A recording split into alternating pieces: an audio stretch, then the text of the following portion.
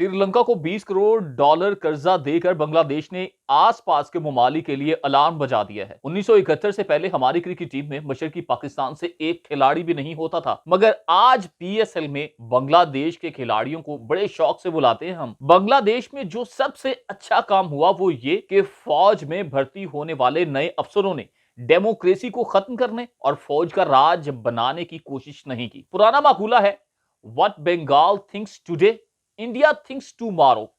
जो सोच आज बंगाल की है वो कल इंडिया की होगी। अस्सलाम वालेकुम, मैं हूं जवाद बाकिर। बांग्लादेश 52 बरस में ही पाकिस्तान से आगे कैसे निकल गया? जब बांग्लादेश पाकिस्तान से अलग हुआ तो इसका शुमार दुनिया के पसमानदा तरीन ममालिक में होता था। बांग्लादेश में कुदरती आफात यानी सैलाब वगैरह हर साल आना और फिर हजारों अफराद का मरना मामूली सी बात थी। इंफ्रास्ट्रक्चर तबाह हो चुका था, अमनो अमान की सूरत हाल बहुत खराब थी।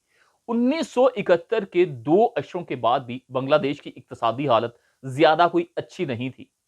1971 से पहले हमारी क्रिकेट टीम में मशरकी पाकिस्तान से एक खिलाड़ी भी नहीं होता था, मगर आज पीएसएल में देख लें, बांग्लादेश के खिलाड़ियों को बड़े शौक से हम बुलाते हैं। बांग्लादेश बनने के बाद चंद साल बाद डगमग करता रहा। बांग्लादेश के बानी शेख मुजीबुर रहमान एक फौजी बगावत हुई, उसमें जाँ बहक हो गए। इस हमले में उनकी बीवी, उनके बच्चे भी हलाक हुए। सिर्फ एक बेटी उनकी शेख हसीना वाजिद बची, जो उस वक्त मुल्क से बाहर थी। फिर फौज के जर्नैल आ गए। जनरल जिया और जनरल अरशाद ने इक्तदार संभाला, तो उसके बाद इसी तरह जनरल जिया की बीवी ने भी इक्तदार के मजे लिए। फिर आती हैं शेख हसीना वाजिद। अदलिया की आजादी, मीडिया की आजादी, करप्शन के इल्जामात, बहुत कुछ लगता है, मगर सबसे अच्छा एक और काम जो बांग्लादेश बनने के बाद हुआ, फौज में भर्ती होने वाले जो नए अफसर थे उन्होंने डेमोक्रेसी को खत्म करने और फौज का राज बनाने की कोशिश नहीं की, मार्शल की तरफ नहीं गए। आपको हैरानी होगी कि बांग्लादेश भी इस काबिल हो चुका कि वो दुनिया को कर्जे दे सके। जैसे हाल ही में श्रीलंका को 20 करोड़ डॉलर का कर्जा देकर बांग्लादेश ने आसपास के जितने ममालिक उनके लिए अलार्म बजा दिया कि वो जल्द तरक्की पजीर से तरक्की याफ्ता मुल्क बन जाएगा।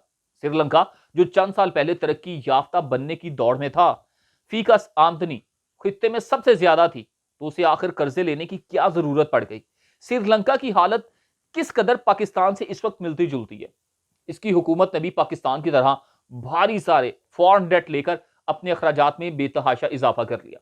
श्रीलंका को ज़र मुबादला के बहरान से बाहर निकालने में मदद करने वाला मुल्क बांग्लादेश है, जिसके बारे में उसकी पैदाइश के वक्त अमरीकी वजीर खारजा हेनरी किसिंजर ने कहा था कि यह मुल्क खैरात मांगने वाले की थाली है।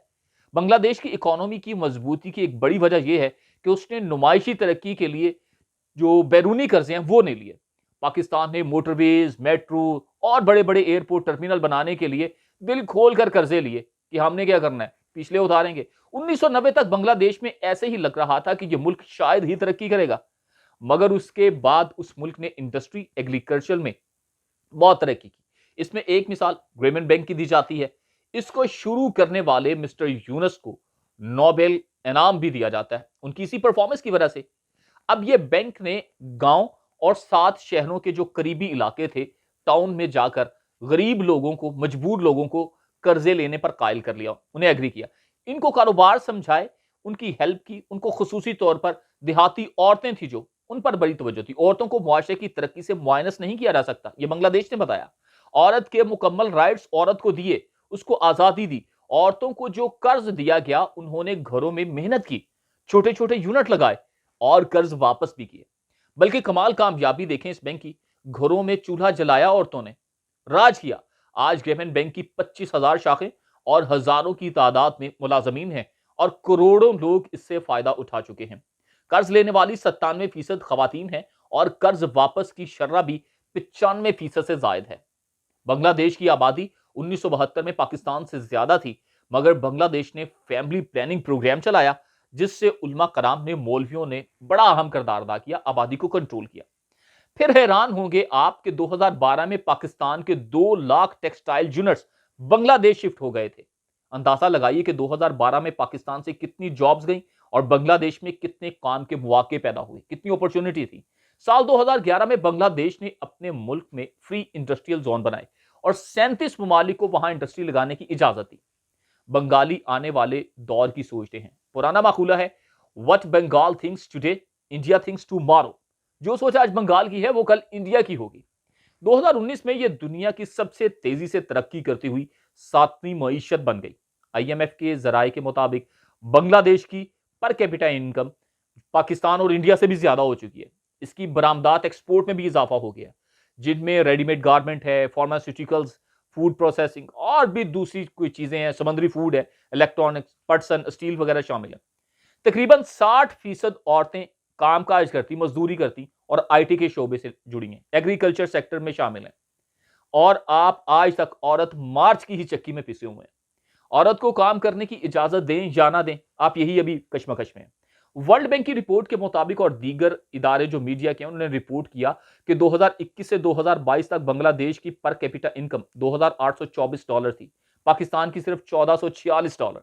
बांग्लादेश की कौमी पैदावार, जिसे आप ग्रॉस नेशनल प्रोडक्ट कहते हैं, वो बांग्लादेश की $297.13 बिलियन, जबकि पाकिस्तान की ग्रोस नेशनल प्रोडक्ट सिर्फ $155 बिलियन। बांग्लादेश की सालाना बरामदात एक्सपोर्ट, बांग्लादेश ने यहां भी छक्का मारा है और उसकी सालाना जो बरामदात एक्सपोर्ट है वो $5.13 बिलियन, जबकि पाकिस्तान की सालाना बरामदात सिर्फ $2.3 बिलियन। बांग्लादेश से आधी भी नहीं है पाकिस्तान की एक्सपोर्ट। उम्र के हिसाब से भी बांग्लादेश पाकिस्तान से बहुत आगे जा रहा है। बांग्लादेश में जो औसत एवरेज एज बताई जा रही है वो 73 साल और पाकिस्तान में सिर्फ 66 साल। लिटरेसी रेट देख लें, हर आने वाले साल में ऊपर जा रहा है बांग्लादेश का लिटरेसी रेट। एक रिपोर्ट के मुताबिक 74.19 तक चला गया लिटरेसी रेट, पाकिस्तान में सिर्फ 66.7 है। हाँ, अपनी कौमी जुबान, अपनी कौमी पस मंजर पर फख्र बहुत ज्यादा है बंगालियों को। बंगाली अपनी खुशहाली अपनी सरजमीन, अपने दरियाओं, अपने समुद्रों में ढूंढते हैं वो अपनी खुशहाली। पाकिस्तानी जागीरदार सरदार खुशहाली वाशिंगटन और लंदन की सड़कों पर तलाश करते हैं। हम अभी तो ज़हनी तौर पर गुलाम हैं। अब भी क्या हम कराची के मिजाज को, गवादर की नफ्सियात को, सिंध के रुझानात को, जनूबी पंजाब के जहन को, गिलगित बिल्तिस्तान के जज्बात को समझने में देर तो नहीं लगा रहे, या बहुत देर हो चुकी है?